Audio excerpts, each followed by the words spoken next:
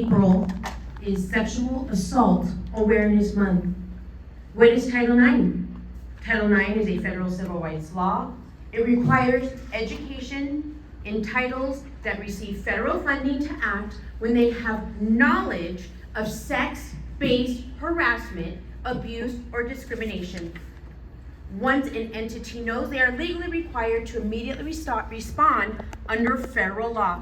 They assess risk and protect, offer supportive measures, and initiate a formal Title IX process. Gee, I see 6 Etiwanda lawsuits and there's no Title IX initiated. That's kind of funny.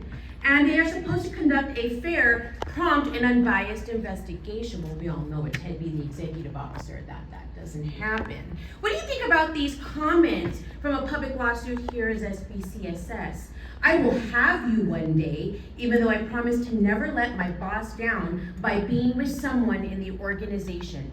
You know, I can screw for hours on end, at least 6 hours, and not come.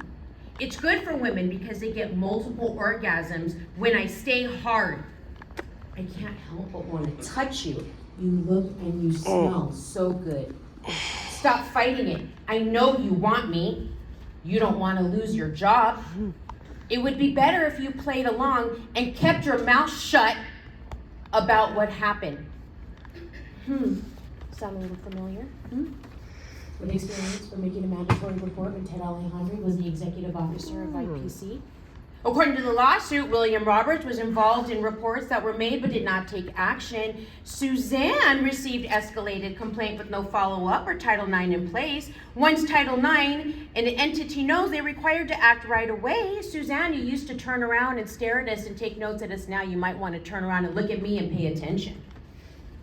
That is a failure, and this board expects us to believe that they care about children. That's a joke.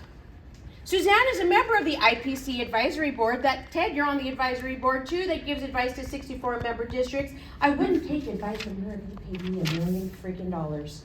But see, I have it all figured out. See, no Title IX was filed, and anybody ever heard of AB 218? AB 218 also gives people 3 times the amount if they're found to be hiding abuses. So guess what I'll do?